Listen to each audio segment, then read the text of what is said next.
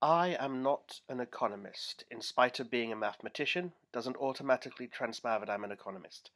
So to some extent I'm talking about things that I do not fully understand. But I have read the Bank of England is really pushing out the boat when it comes to quantitative easing, which between you and me is printing new money.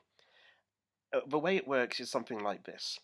The government tries to borrow money from big business. This is called selling bonds. However, the big businesses do not currently want to buy in this particular environment for bonds. So instead it sells to the Bank of England, and the Bank of England prints new money to buy the debt. It buys these bonds, which are the government's debt, with money it just creates. And the notion has always been previously that as soon as possible it would sell it on to somebody else.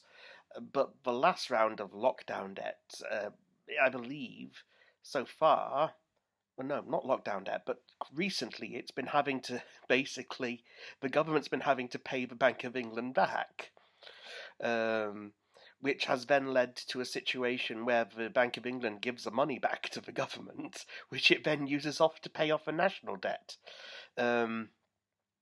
Which allegedly, for reasons I do not claim to understand, tends to lead to hyperinflation, which is where money gets so outrageously worthless that you have to spend millions to buy a loaf of bread. This is allegedly what happened in Zimbabwe and in Germany just before the Second World War. Again, I speak of things I do not fully understand. However, it is sobering to think that in this second lockdown, the Bank of England has begun printing a lot of money. Oh yes, very sobering indeed.